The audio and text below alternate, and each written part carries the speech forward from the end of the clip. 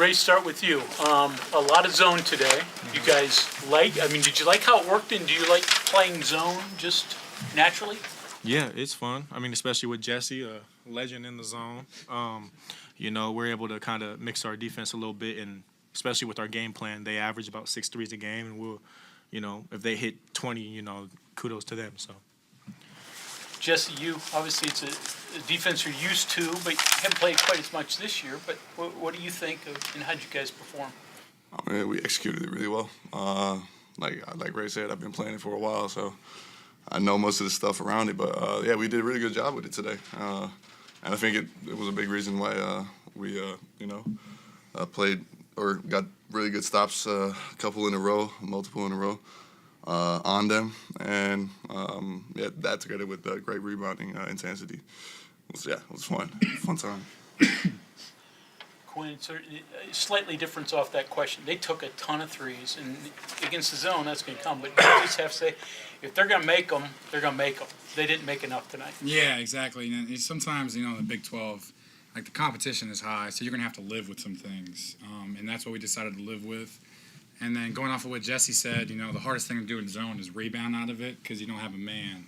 And what helps with that is like us being vocal. So guys were stepping up and just it's hard being vocal for the whole game just because it's very tiring. But we were able to do that and find mans to box out, and we held them to one possession.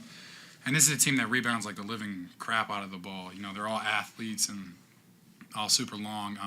So I'm just really proud of my team and, kind of how we rebounded because that was something that, you got to give up when you play the zone.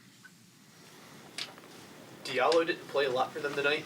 How much did that affect what you all did, both offensively and then defensively as well?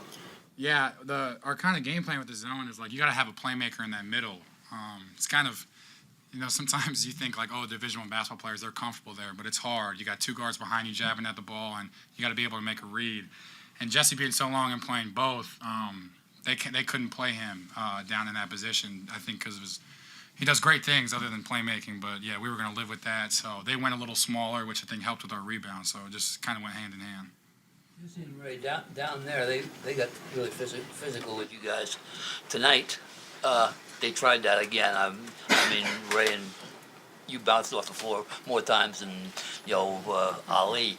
But what was it like out there? What do you do when a team's doing that? And you just stay poised for like you don't let them get in your head at all. As much as they're hitting, grabbing on you, really just stay in the course and don't let them knock you off your trail. That's kind of what I did today. I wasn't, trying to talk back to them. If they tried to get in my head like last game, especially with the refs too. The refs did a good job tonight. So it's just staying poised with the refs and the opposing team throughout the whole game. Yeah, same really. And kudos to the rest of keeping this game. Really civil, like nobody got into no fights or nothing like that. So that's always feel like right, yeah. Nah, but it's a physical team. We knew that coming in, especially after the last game. So we expected it, and I think we did a good job with it. For all three of you guys, and I'm kind of interested, you guys at other parts of your career have played at big schools, big conferences before. But for all three, this is your first trip into the Big 12. And now that you guys have gotten a good taste of it now, what's it been like? Has it been what you expected? Has it been harder? Has it been a different style of play? Just what will you remember from your first time in the Big 12 play? It's wild. Wild, yeah. It's wild. It's very aggressive. Very aggressive. So, Yeah. nah, I'm not going to say that. Well, just having the teams this year, every time we turn a Big 12 game on, it's 10 versus 12, 4 versus 6. Yeah, that's the main thing, I think. And just the amount of crazy good teams in this league is a lot. Yeah, it's every conference I played in. I thought the ACC was talented, but this blows everything out of the water. Just playing in the game, it's not even close. But we're here competing and get a win like this just shows that we got something going. The style of play, is it, especially maybe even defensively, is it more of a physical league than the Pac-12 or ACC or? For sure, the Pac-12. No disrespect. Pac-12 is not this physical. Right. For sure. But like the better teams in the ACC are also very physical teams, but it's just like Peter said, the amount of good teams in this league is just so. It's the amount. It's crazy. Like it's crazy. Week after week, you're playing some of the best teams in the country. So, There's different, teams like BYU is not the most physical team in the world, but they're in their own right, top 15, top 20 program. So you have to adapt every week, and it's a lot of fun, but it's hard, man. Like it's a hard league. So yeah. To kind of follow that up, has it been fun, or in the back of your mind, like, oh man, I should have gone to the SEC or something? No, it's been a roller coaster from the start. It's been a roller coaster, but we're so happy to be here. Like, obviously, the situation we're in with our record and where we're at in March, I mean, you can obviously say whatever you want, but I think everyone sitting here and everyone in the locker room is happy we chose here. And like I said, every time we go on a road trip, I appreciate our fans, like, so much more. Like, we're going to go play a team who's 12th in the country at their place, and there's, like, 2,000 people in the stands. And, like, I say it every time I try because we're just so thankful to have the support that we have, and it just makes it playing here a lot more enjoyable and just a lot more fun. What is the difference? Obviously, it's tougher to play on the road in any conference, especially against this high-level competition, but to have, like, the previous result against UCF, then turn around and do this against the same team but being at home, what do you think is the difference besides just obviously easier home versus away, whether it be calls from the refs, whether it be style of play, whether it be easier to get up for games, whether it be having to deal with more adversity on the road? Can you guys articulate that difference for fans? I think it's just being consistent of what we do as a team. You know what I mean? If we're not consistent and we john at each other the whole game, or somebody breaks off a play 2-3 times in a row, it's going to be, confusing throughout the entire game. And especially we playing somewhere else where they got their fans, they screaming at us, their players are screaming at us. It's a whole, it's chaotic. It gets chaotic at some points. But it's just staying mentally tough and, trusting each other. If you don't do that, you'll get blown out by 20. The three of you guys played an awful lot of basketball games, combined and individually and any other way you want to slice it. You just lost 4 games in a row. What is the difference tonight after a basketball game as compared to when you're losing? I mean, You love your life. It's tough losing. It's tough losing. Like, I'm not going to sugarcoat it. Like, we come together and we try and we bust our ass like every single game.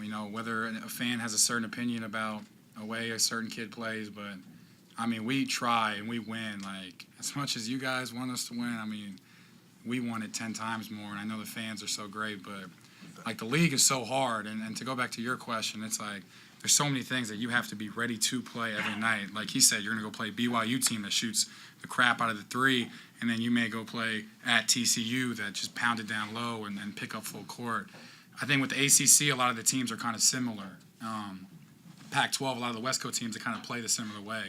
But, like, the Big 12 is, like, every single type of basketball into one. So you're playing, like, a completely different whole identity pretty much every single game, which I think is hard. And, when you play a team a second time, it's really when you try to get on them and pounce on them.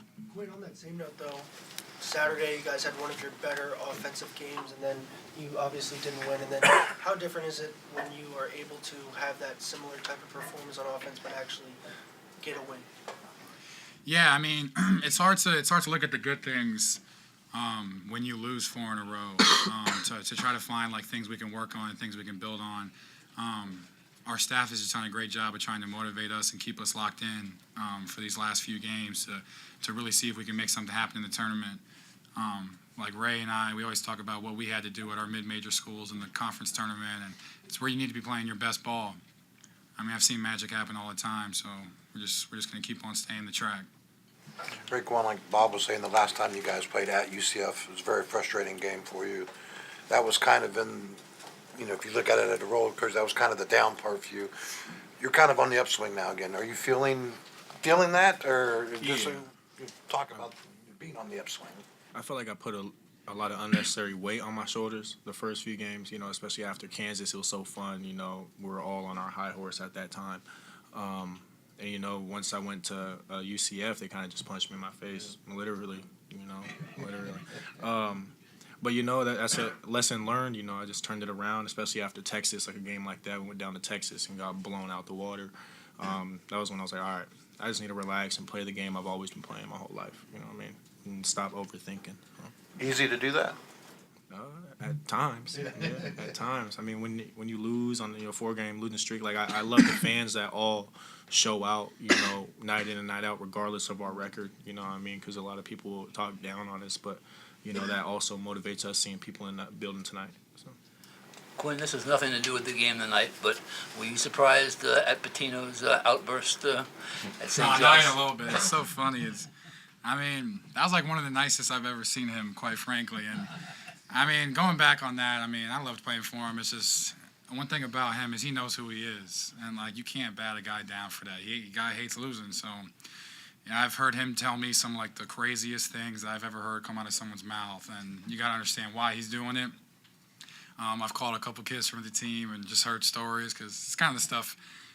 It's so unfortunate when you're in that locker room, but hearing it from the outside is kind of funny. But One example of the crazy things he said to you? I don't want to get in trouble, but he told me he was gonna. Yeah, he's a good interviewer. I don't know if I'm allowed to say this. It was kind of out of love. I won't tell anybody. I didn't box out. I show them the video all the time. I didn't box out, and this was in practice. And he goes, he looks at me. I don't know if I can say this. He said, he will, out of love, he said he will chop me up in 7 pieces and send me back to Detroit or Houston or wherever the bleep I'm from. And Okay, it's over I can only just sit there and laugh. It's just he's like, are you laughing at me? And I'm like, no, I don't know what's wrong with me. He knows it's just a game. It's just who he is. It's just kind of the way he talks. He doesn't mean it. He likes to win. Hey, Ray and Jesse, I got one for you guys. So, Jesse, you played the first part of the season without RaeQuan, and then obviously when RaeQuan comes back, he's playing without you. Now that you guys are playing together, you know how teams defended you when you guys were without each other. What are teams doing? Are they defending you guys any differently now that you guys are playing together? Is there any difference there at all? Or? I guess there's definitely less of a focus on either one of the players on the team right now because we got all our pieces we wanted, and then we can play from there, and nobody can really just hone down on one of us at all. So that makes it a little easier to run your offense, and especially when we get good speed on the fast breaks like we did today. It's the way we want to play, So it's a lot more fun to be on the court with everybody out there for sure. Yeah.